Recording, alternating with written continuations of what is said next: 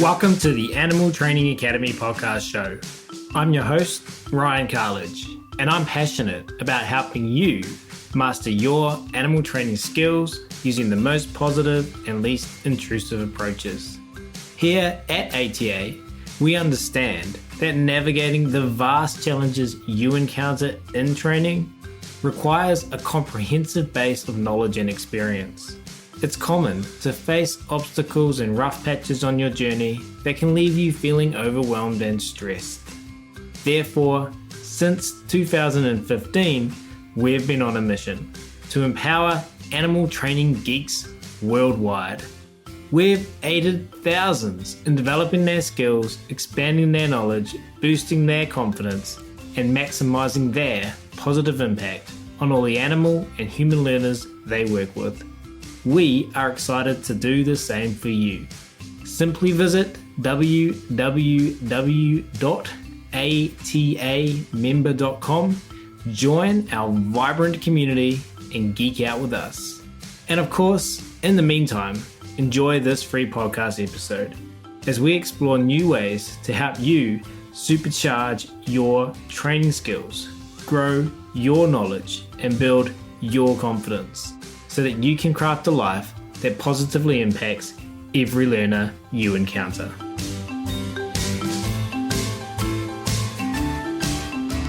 But we will start today's episode where we will talk to one Sarah Fisher. Sarah is a canine and equine behaviour advisor with nearly 30 years of experience. She co-founded Animal Centered Education, aka ACE, alongside her two influential canine educators, Cookie Dough Dynamo and Henry. Sarah teaches ACE courses for trainers, groomers, vets, and animal behaviour professionals, focusing on ACE observations, ACE free work, gentle bodywork, and methods inspired by animal welfare and education professionals. ACE free work empowers dogs to become the pilot of their learning experiences, allowing them to reorganise their bodies more efficiently. This method has been transformative for dogs of all ages, helping them respond better to their environment. Sarah is experienced with a wide range of breed types and has taught workshops for animal welfare organisations, including Battersea, and in Europe, South Africa, and several other countries. She also delivers online courses, webinars, and presentations at dog training and behaviour seminars globally, including the annual Dog Behaviour Conference. So without further ado, it's my very great pleasure to welcome Sarah Fisher to the show today, who is patiently waiting by literally on the other side of the planet from me. Sarah, thank you so much for taking the time to come and hang out with us at ATA. Thank you so much for inviting me, Ryan. It's an absolute pleasure to be here. I'm super excited to share you with our audience and get to learn a little bit more about you today. So let's dive straight in to the first question, Sarah. For this one, I love hearing about people's behavioural odysseys, as I like to call them. So I was hoping that you could take me and the listeners back to where you first started, where you first learned about animal behaviour, animal training, positive reinforcement, and share some stories with us from your personal journey. Wow. How long have we got, Ryan? Well, when people ask me about that, and I think about my first experiences learning about some of the stuff I share today, it actually goes right back to my childhood. And I was really lucky that I grew up with family who valued animals as part of the family. And my paternal grandmother had rescue dogs. She had two during my lifetime, so they lived forever. Two dogs, one called Peggy and one called Susie. And I remember as a child going to visit with my sister and my parents. We were not allowed to stare at the dogs. We were to keep away from them, not touch them. And my grandmother would sit with them and they'd be by the side of her chair. And it was impressed on us that this was their space. And we didn't have any issue sort of following that guidance. So understanding that staring at dogs that can be very intimidating and they're not there to be touched because the human has the need was an integral part of my childhood. But then my mother's sister, my aunt, had a Labrador called Kerry, and he had a hip issue. I think he'd had an accident and he had known arthritis in the left hip. So we were allowed to stroke him if he came up to us, and we were allowed to engage with him, but we were absolutely not allowed to touch him on that left hip. And if we did and he growled, we were the ones that got into trouble for not honouring the space that Kerry needed. So all of that knowledge was just part of my life with animals. And we used to go on holiday to Portugal, and I would be adopted by some of the community dogs. And I have such amazing memories of spending my summer holidays exploring rock pools in the company of the community dogs while my sister and my parents sunbathed on the beach. And I didn't have food. Reward-based training wasn't a thing. I didn't have any dog toys with me. It was just the joy of a shared space together and the joy of exploration. And I'm sure that influences how I connect with dogs today. And so much of my childhood, I think about all the lessons I learned, my father's obsession about making sure all our animals had access to fresh, clean water all the time, always saying, the animals didn't choose you. You picked those animals to come and share your life. Therefore, you have to put their needs first.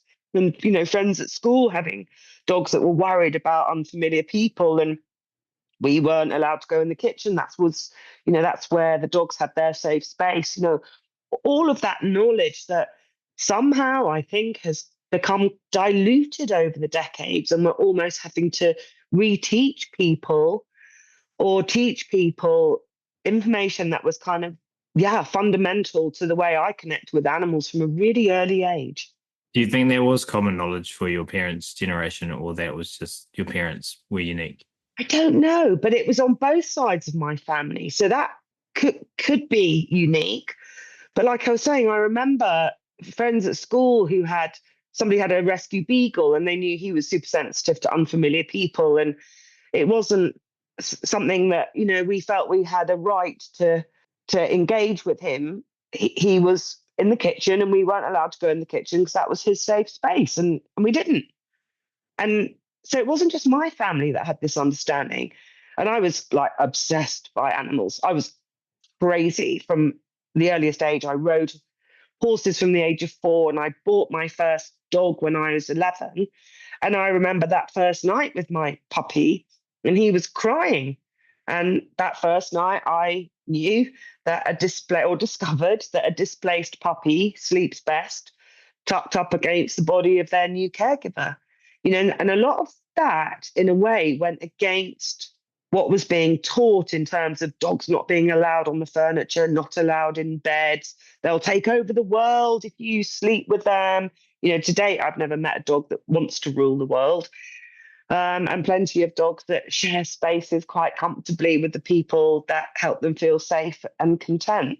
And we did go to puppy training classes, and we were given a choke chain, but that ended up in the drawer pretty quickly. And also, he was a miniature dachshund, Ryan.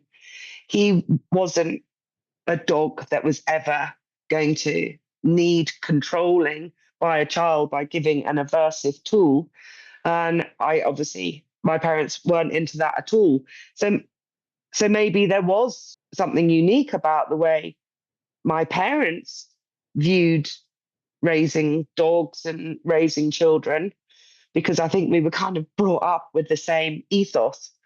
And I remember that when I had my children, it was before reward-based training. And I remember very clearly when my first daughter was quietly playing with something, the desire to go and catch up with other stuff, kind of life admin that has to be done, like laundry and organizing shopping and all of the stuff that takes you away from spending time playing with your child. And I remember overriding that need and that desire to sort of catch up with stuff and going and sitting and connecting with her, because I knew, and I guess that's from my upbringing, that if I didn't engage with her while she was actively engaged in something that was rewarding for her, there was a chance that she would then choose to disengage from that meaningful activity in order to try and connect with me. So I was absolutely aware of reinforcing that behavior and joining her in her play and her exploration instead of trying to lead that or taking advantage of the fact that she was quietly engaged on her own. So there must have been that element in my upbringing as well of reinforcing and rewarding behavior rather than trying to stop behavior that's become difficult or challenging, if that makes sense. And that's what we do with Ace. We engage with the dog, we take their lead, we join them in their activity in the free work setup. So I'm quite confident that most of my inspiration came from my childhood, and it was just kind of natural learning. And I feel very lucky. And I didn't really think about that until people started to ask me what my learning history was around behavior. And yeah, it goes right back to childhood. I feel blessed. And so you actually have a good memory of the first night your new dog at the age of 11 stayed at home with you. Yes, I have a very strong memory of that. I have very strong memories about lots of really pivotal learning moments, even if I wasn't aware at the time that it was a pivotal learning moment. I was 11. And I remember him just crying in my bedroom, and then me just getting out of bed and picking him up. Like, didn't make sense that he should have to sleep in a basket, and all the stuff that people with knowledge were telling you was the right way to raise a puppy. And he always sat on the furniture with us. He was an amazing dog. He lived till he was 20. He's quite extraordinary. He was raised by a Burmese cat as well. And I had to take him for a walk first thing in the morning, every night before I went to bed, and obviously during the day, longer walks as well. But I was dog obsessed, so I'd borrow any other dog available in the neighborhood where we lived. And I used to walk an amazing border collie called Duffy, who was just extraordinary. And he was always off lead. And I lived near Epsom Downs, where one of the big racehorses, the Derby, is run. So big open expanse. And I was just free to roam with dogs. It was amazing. And just being in awe at Duffy, this border collie, hurtling off as the local running club overtook me on the track, and kind of bringing them back to me, successfully working this group of local runners who obviously weren't very impressed that they were being worked by an amazing border collie. So yeah, that was another pivotal learning experience that, yeah, okay, we need to be responsible when we're out and take care and pay attention to a dog's natural needs and drives, because it might not be so beneficial for other members of society. And yeah, I had a life filled with connecting with animals. I was animal obsessed, crazy about art, and all I would draw in art were animals, horses, dogs, and points of the horse on my wall or as posters, the skeleton, learning as much as I could. But interestingly, that wasn't available for dogs. So it wasn't that kind of learning that we were exposed to as children that were learning with horses. There was a lot more anatomical knowledge. If you rode horses, knowing the points of the horse, what the skeleton looked like, saddle fit, although it's very rudimentary, that knowledge during my childhood for sure, learning all the different equipment and the names of the equipment.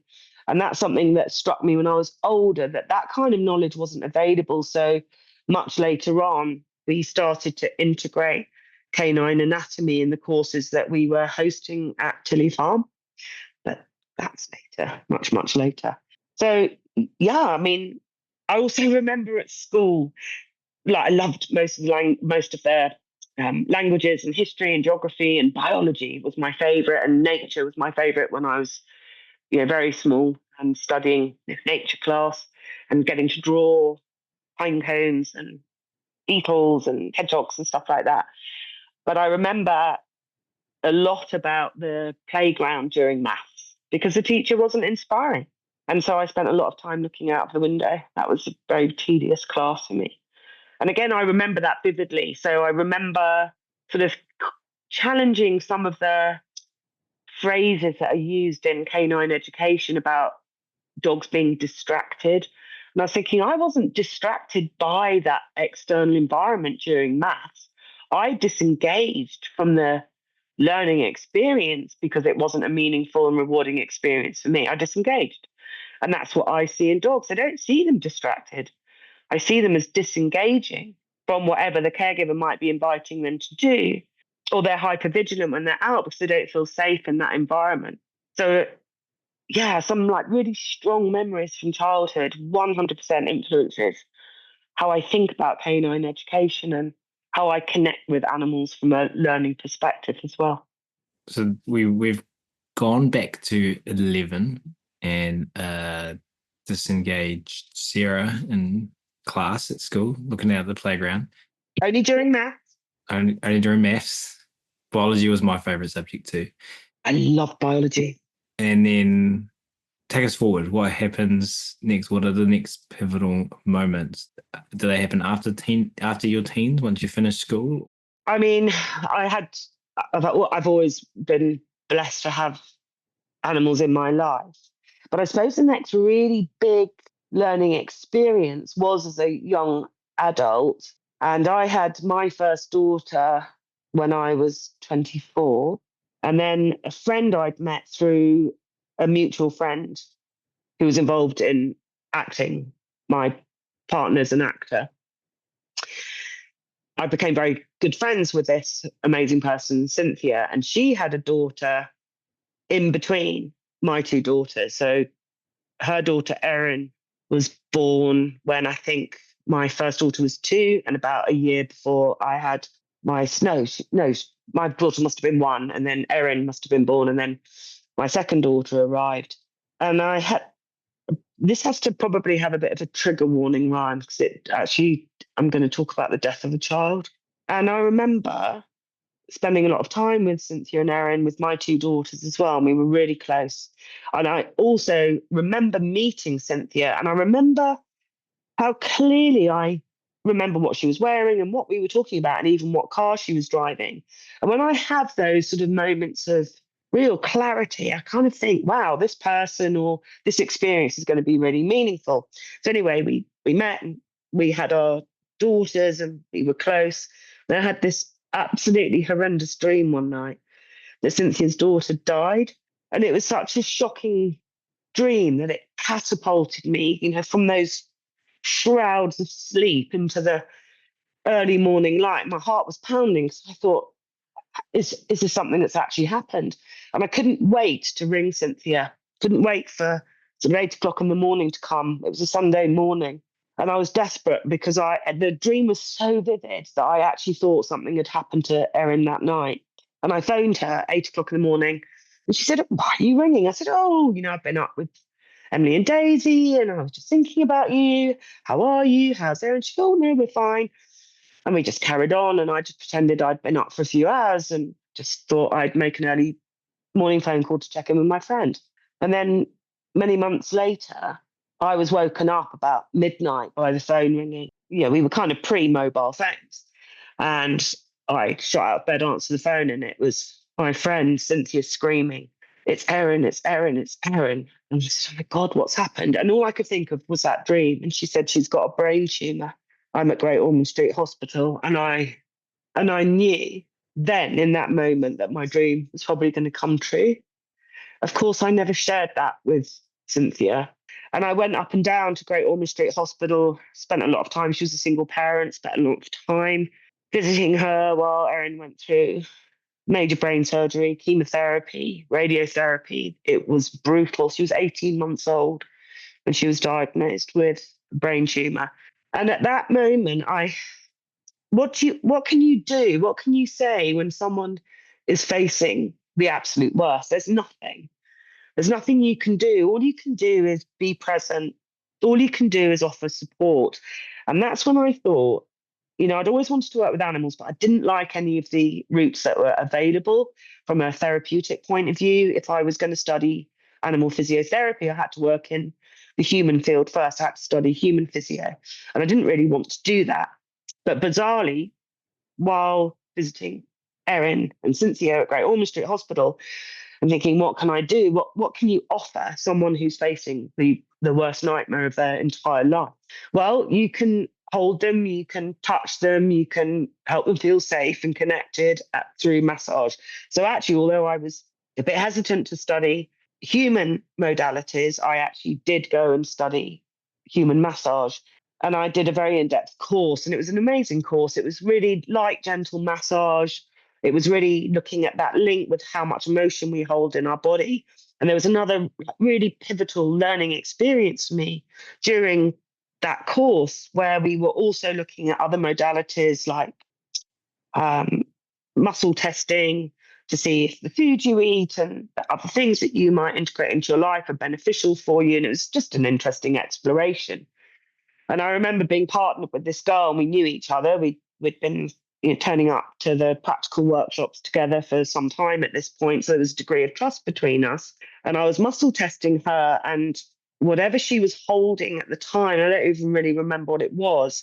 Her arm was really weak when I was testing the muscle strength while she was holding whatever it was we were exploring. And she completely broke down because there had been a time in her life where she hadn't had control over her body. And I remember that so clearly. I was, 20, maybe 27 at that stage, 26, 27, and thinking, my gosh, we really hold the memory of everything in our body. And that was a huge learning moment for me, and something that I 100% carried into the animal world. You never know what memories you might be releasing. And that also made me question some of the discussions around displacement behavior, because one of their explanations for displacement behavior is a behavior that appears out of context. But from my experiences, particularly from that moment on that massage course, nothing's out of context as far as the nervous system's concerned. It's relevant to that individual experience. And again, when people would talk about horses, it's a disproportionate response. They'd say it about dogs, but it isn't. It's based on the experience of that individual. And just because it's not something we can understand doesn't mean it's not relevant and appropriate for that individual being. So I studied massage. It was an amazing course. I had an amazing experience with another guy. I don't remember why I was connected with this person. I don't remember if it was part of the course or just a sort of shared experience with someone that was going down a similar path. I remember him doing some amazing body work on me, particularly around my shoulders. And I remember this feeling of lightness that I hadn't had for a long time, because we all carry tension just through being human, and we all are on level because nothing in nature is symmetrical, and we're all one-sided. And all those little anomalies sort of become more exaggerated as we age and carry children and go through quite repetitive movement patterns through the course of our life. And for the first time, this guy was like really working in tiny detail, connecting to like emotions held in the body and stuff. And it was amazing. And afterwards, I just felt light. And what's incredible is I can still connect with that feeling of lightness. So I was having all these extraordinary experiences. And I remember walking through the corridors of Great Ormond Street. So I'd go in and I'd massage my friend, and I'd sit with other parents who were sitting by the side of their children's bed. And it was possible to, offer massage then, because there was a parents' common room. So we could hang out there and stuff. And it was quite a meaningful experience for me and for my friend, and hopefully for some of the other parents too, because you just don't need to talk. There's nothing you need to say. There's nothing you can say. You can touch them and hold them if they feel safe enough to have strangers' hands on their body. And I remember walking through the street, the corridors of Great Ormond Street, and my friend Cynthia would bump into me, and I'd get sort of slowly pushed towards the wall, and I'd have to stop and step back and move behind her and walk on her other side. And I remember thinking, gosh, we say horses are dominant and clumsy and rude, and we have all these awful ways of interpreting a behavior that we don't understand or we take personally. But actually, it's stress that's affecting the physical balance. It's emotional stress that's affecting the physical balance. My friend's not dominant. My friend's not clumsy. She's just distraught. And the emotional overload is impacting on her ability to move in balance. She's not trying to dominate me. And that was another, of all these amazing experiences where really questioning a lot of the belief systems. I'd like I said, I started riding when I was 4, and I had my first dog when I was 11. And you hear that kind of language from people outside of my family that was in complete contrast to how I'd been brought up, but also complete contrast to how I viewed the world, to all the stuff that I was starting to learn from a human therapeutic point of view. And I remember as well having an amazing friend visit. She was an extraordinary woman. And I drove her home after she'd been spent that afternoon with me, Cynthia, and Erin. And I remember driving across Waterloo Bridge in London. And I said, do you have any feeling about the outcome for Erin? And she said, no, I can't connect. I can't, see outcomes and things like that. And I said, you know what? I know she dies. And I said, but I still have hope. And she said, my darling, she said, always remember, even in death, there must always be hope. And that's something I've always carried with me as well. That however difficult something is, there is always something we can do. There is always the chance for a possible peaceful outcome, regardless of what that outcome might look like. Anyway, fast forward, Cynthia did lose Erin. She died. And it was only then that I shared my dream that I'd had. I never told her before because I never wanted to say, I'm here supporting you, but kind of think it's all in vain because she tried everything to save her child. And by then, I was learning more and more stuff from the human field. We'd moved from London down to Somerset. We needed to leave London. You start to look at life in a very different way. And Cynthia and Erin came and spent their last Christmas together with us here in this beautiful old house. And I started to explore a bit of Chinese medicine with an amazing acupuncturist. And also through my amazing acupuncturist, his name was Dave Pearce. What a great name for an acupuncturist. Took me on this amazing workshop with this incredible Chinese doctor, Dr. Shen, who was absolutely a master at movement. And he knew that I rode horses and I wasn't a human therapist in line with all the other therapists who were trained acupuncturists, but he knew I was fascinated by some of the principles of traditional Chinese medicine, but also that I connected with horses. So he was relating everything back to animals and the health of the spine. And it was just adding more layers to everything I'd learned from my human training in massage. So some of those principles I also carry, the principles of deficiency and excess. So when I see a excess behavior, maybe a dog digging or needing to dissect toys at a furious rate, or maybe pulling on the lead habitually, or barking at passing cars, when we see that excess, I don't try and influence that at all. Because I think as reward-based trainers, we have to be honest that we can suppress behavior through reward-based training as well. I look for the deficiency. Why does the dog need to move that way? Why does the dog need to respond that way? Why is the dog overwhelmed in that environment? Why can't the dog find peace? Why can't the dog find balance, emotional and physical balance? And when we find that deficiency and fill that in, guess what? That excess behavior naturally subsides. So I was having all these extraordinary experiences, and Erin died, and I shared with Cynthia, obviously, the dream and the outcome. And I'm really glad I did, because I wasn't sure whether to ever share that, but I'm really glad I did, because a few years later, Cynthia ended up living in France. It was very difficult for her to rebuild a life in a familiar environment without her child. She needed to change everything. And she lived on a boat for a while in France, and she phoned me, and she was really excited. And she came back to him, she came back and stayed with us. His house is such a welcoming space. And we obviously stayed in touch. She was waiting to inherit some money. It was just starting to come through. But she had this dream. And she said, I had a dream about me last night. She said, I dreamt I died. She said, and I'm sharing it with you because of what you shared with Erin.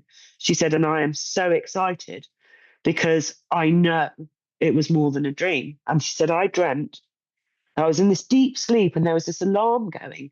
And I think maybe my boat gets loose from its moorings and drifts out into maybe a channel where there's bigger ships, and maybe it's an alarm from the ship bearing down on my little boat.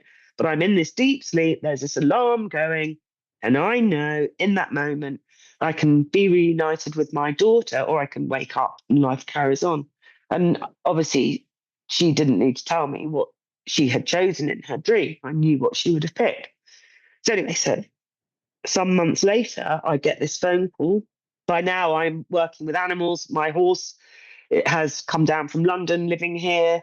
He has an injury. I'm looking for a therapy that has the same kind of approach from all the stuff that I was learning about humans with regard to animals. And that's where I came across Tellington Touch and the work of Linda Tellington Jones in the middle of the 1990s. And she was influenced by Feldenkrais, so her work introduced me to the work and concepts of Moshe Feldenkrais. And the body work and the in-hand leading exercises were life-changing for my horse. I'd been on a very progressive yard with my horses when we were in London. So we had an equine dentist who certainly wouldn't have had the skill sets that we have available to us now through equine dental technicians. And we also had one of the only veterinary physiotherapists for animals available who'd come and treat the horses. So I was utilizing all that with my horse, got back in touch with the veterinary physio who'd helped my other horses when we were in London. When my younger horse came down from livery in London, we realized he actually had at some point sustained a massive pelvic injury that had somehow gone unnoticed. He was living out. And I don't blame the people at all for missing it. So, we can't always spot injury. So I wanted to find something that I could do to be part of that rehab as well. So I went to America and learned body work and some of the in-hand exercises that were hugely beneficial for my horse. And then while I was out there, and I was on my way back from being out on one of the courses, and got this phone call to say that Cynthia had fallen off the back of a horse in France and she was unconscious in a hospital in Rennes, and that I was listed as her next of kin, and I needed to speak immediately to her neurosurgeon. So I phoned, and at the moment that I rang, her consultant was in her private room with her. She was in a private room because the injuries were so catastrophic, and she was in a coma. And her life support machine, I could hear going off in the background. And I just thought, that's the dream. She's in a deep sleep, there's an alarm going. And she died. And I discovered, much to my amazement, that she'd left me the money she'd been waiting to inherit, because she'd obviously lost her child. There were some other bereavements, but I don't want this to be like a real heavy show, Ryan. And I really wanted that money to go towards something that was of value to other people. I wanted to make something positive out of, a very distressing few years for her. And that's where Tilly Farm came into my life in 2001. We inherited this money, and I actually felt really uncomfortable inheriting that money. I contacted some of her other relatives and said that I didn't feel it was appropriate for me to inherit this money. And they were very kind and said, if Cynthia wanted you to have it, we want you to have it. But it was something that I felt was a gift, and it wasn't something to be frittered away. It had to be used for good.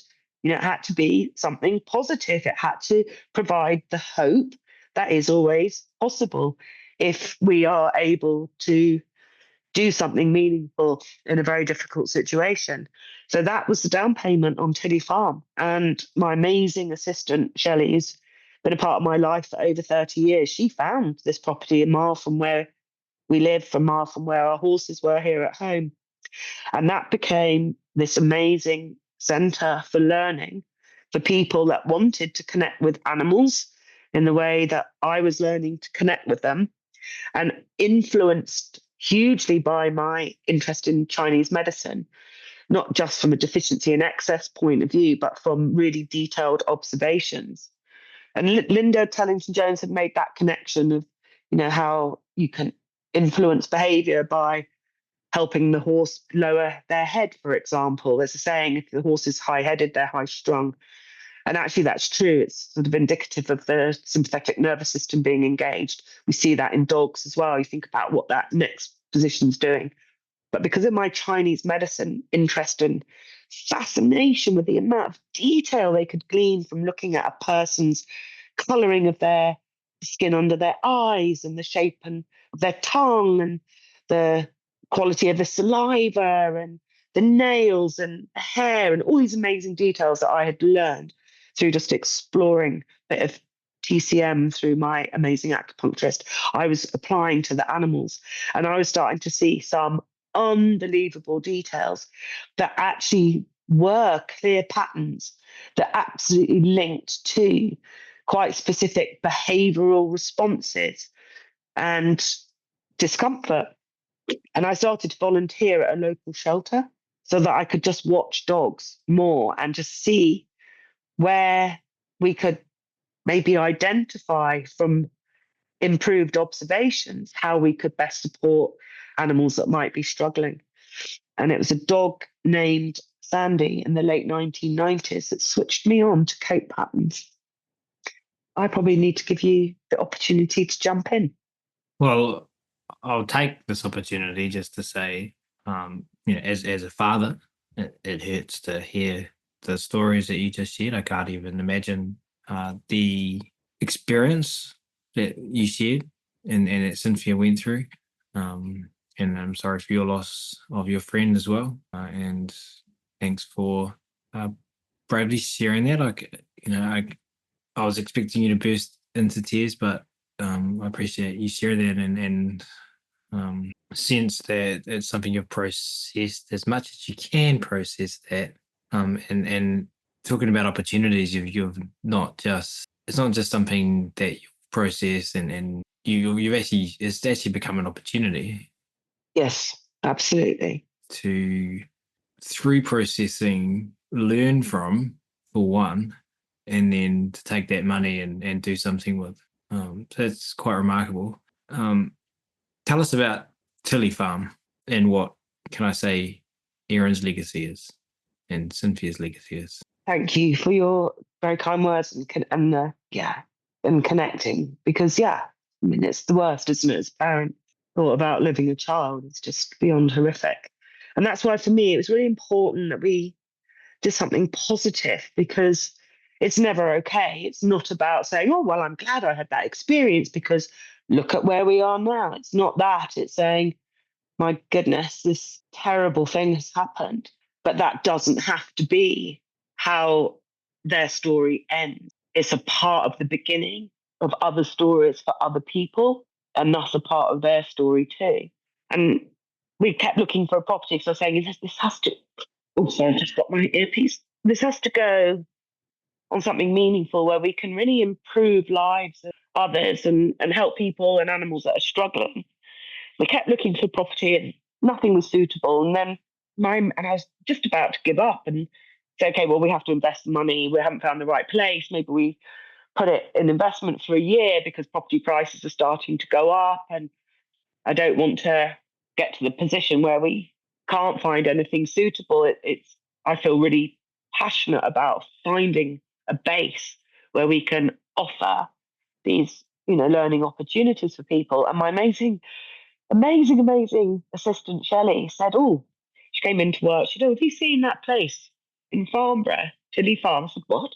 I've driven past it every day on the school run for years, Ryan. Never noticed it. And I said, let's go and see it. So it was up for sale. Shirley and I went, and it was a terrible day. The weather was appalling, and we clambered over rusty barriers through old cow sheds and low calf sheds that were really depressing. And looking at, just the amount of work that was involved, we walked through all these outbuildings and up this track, and we turned and we looked at this incredible view. It's a 90-acre old dairy farm, and it has the most amazing atmosphere. And it was pouring with rain. And Shelley and I just looked at each other and we just both went, this is the place. And in my head, I'm thinking it's insanity. This is financial suicide, because what it is and has been successfully isn't going to be beneficial and conducive to what I am looking to create. And the work involved to dismantle some of the buildings and planning and converting some of them. And, it's huge, it's immense. It's going to be a lifetime project, but it feels right. It feels right that we found this place. So I asked a friend of mine, is an amazing building contractor. I said, look, I need you to go and look at this property for me. I need you to tell me I am crazy to even think about taking it on. I had a little 3-bedroomed farmhouse that had been built in the 1950s, had stabling, and then it had barns, but a dairy and a lot of buildings that weren't appropriate, and they'd have to come down in order to create the teaching spaces that I kind of envisaged. And I said, I need you to tell me that it's financial suicide. It can never happen, not without a lot of money, and tell me to walk away. And he said, oh, sure, I'll go and see it for you. Of course I will. And I remember him. It was also pouring with rain when he went to see it. I think it was a classic English spring, constant rain. I remember him falling through the door in the kitchen here in this house, and his hair was plastered to his face. Water was running off his face. And he said, I've seen the farm. And I said, and? He said, I love it, and I need somewhere to live. So if you let me live in that house, I'll help you build it. But what can you say? More connections. My life, Ryan, has been filled with amazing connections. When Cynthia was killed in that riding accident in France, the owner of the horse she fell off, it wasn't one of hers, was just destroyed. This older Breton gentleman who ran the local tobacco, he was destroyed. And I didn't speak French. I've got some working knowledge of French from school, but woefully inadequate. Certainly not enough to be able to say, please don't carry guilt. She had a dream that this was going to happen. She's, liberated from a lifetime of pain. I really wanted to convey that to him. And I happened to have a French student staying with me that week that this awful event happened. And it was just, again, somebody that said, oh, we got a student and she can't get back from boarding school to Switzerland because she has a horse here. Would you be able to take her in and her horse? And I said, sure. Just felt right to say yes and help her. Anyway, so how amazing was that? So my life was full of all these amazing connections. And here was, someone who's my best friend saying, I need a place to live and I will help build Tilly Farm. And we've had it for 20, where are we now? 24 years. This is our 25th year. This is our 24th year. And my best friend still lives there and he's helped create this amazing space. But the atmosphere of Tilly Farm is quite extraordinary. And people come through the gate and they just feel that they've come home. And I hope we add to the feeling of that incredible land. But I don't feel we own it. I just feel we're guardians of it. And we've saved lives, we've saved animal lives, we've enhanced human lives. The feedback we get, the friendships we've made, people that we're still so close with, decades on, really has turned Cynthia and Erin's story from one of tragedy and loss to something incredibly empowering and rich and life-changing for so many people, and obviously for me as well. And I think of my friend every day, because without her and without Erin, we wouldn't have that space. And without her and without Erin, I wouldn't have learned and discovered everything that I've learned and discovered, because we came to Somerset because of connections that I had made through Cynthia and Erin. And that really did set me off on this really incredible, enriching, empowering, mind-blowing life experience. And I just hope that I have many more years where we can touch more lives and meet more amazing people, because every single person I meet teaches me something. Every single animal I meet teaches me something. And all of those learning experiences 100% influence how we connect with animals and people through our courses. And we run online courses, but we also have practical workshops at Tilly Farm. And the feedback is always the same. What a unique and special, peaceful space it is. Well, I have more questions, but I just feel like that is a great place to leave it for episode 1. and then we can dive into episode 2 to learn a little bit more about what you do at Tilly Farm, what you offer through your courses. So We'll lighten it a bit. let's leave it there with gratitude to Cynthia and Erin. And before we do that, can you just share with those listening who want to learn more about what Tilly Farm is and what you offer, where they can go online to find you? Of course. Yes, tillyfarm.org.uk. We have a list of all our courses there, but we actually also use we probably don't need to see that anymore, do you? Showing my age. animalcenterededucation.com. That's our online school. And that's got the list of courses there as well. We do online only. We do modules to become an ACE practitioner.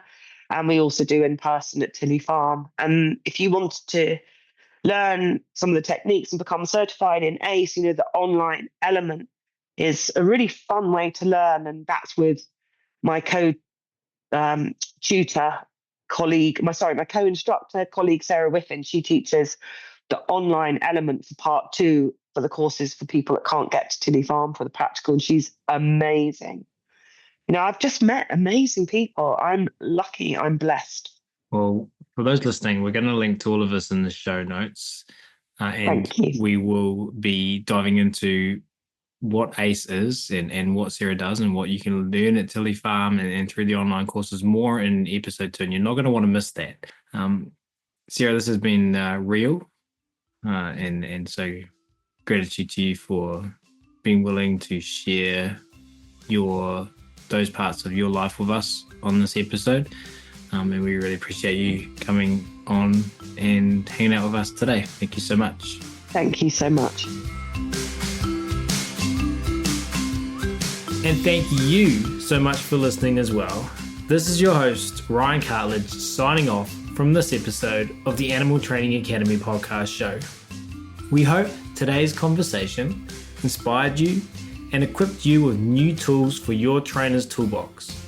Remember, every challenge in training is an opportunity to learn and sharpen your animal training geekery.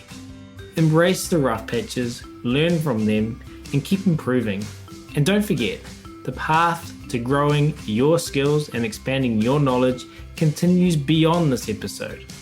Visit www.atamember.com to join our supportive membership, where you will find a community of trainers just like you. Together, we're making a huge positive difference in the lives of animal and human learners worldwide. Until next time, keep honing your skills, stay awesome, and remember, every interaction with an animal or human learner is your opportunity to create ripples. We're here cheering you on every step of the way. See you at the next episode.